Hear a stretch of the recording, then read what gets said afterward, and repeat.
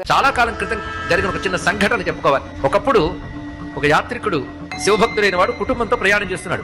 ట్రైన్లో వెళుతూ ఉండగా హఠాత్తుగా ఒక చోట ఉగ్రవాదుల ప్రయోగం ఏదో జరిగి ఒక బ్రిడ్జి దాటగానే మరొక బ్రిడ్జి మధ్యలో ట్రైన్ గిరేలైంది అన్నమాట. మొత్తం ట్రైన్ అంతా కంపించిపోతుంది. అందరూ ఆహాకారాలు పడుతూ లేస్తున్నారు. ఒక ఆయన మాత్రం నమశివాయ అంటూ లేచాడు. ఎందుకంటే నిరంతర జపపరాయణులకి హఠాత్తుగా అదే గుర్తొస్తుంది. అది నిరంతరం భగవన్నామం అనుకోవడం అలవాటు ఉంటే కష్టకాలంలో కూడా స్ఫురిస్తుంది. లేకపోతే అయ్యో అమ్మో చచ్చిపోతుండ్రా బాబు ఈ మాటలు గుర్తొస్తుంది. అది నమశివాయ అనుకోగానే వాడు చిన్నప్పుడు నేర్పిన సంస్కారం ఏంటో గానీ మృత్యుంజయమూర్తి ధ్యాన శ్లోకం అతనికి స్ఫురించింది. అప్పుడు స్ఫురించడమే ఈశ్వరానుగ్రహం అంటే.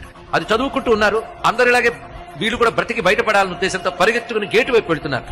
తలుపు వైపు కదులుతోంది ట్రైన్.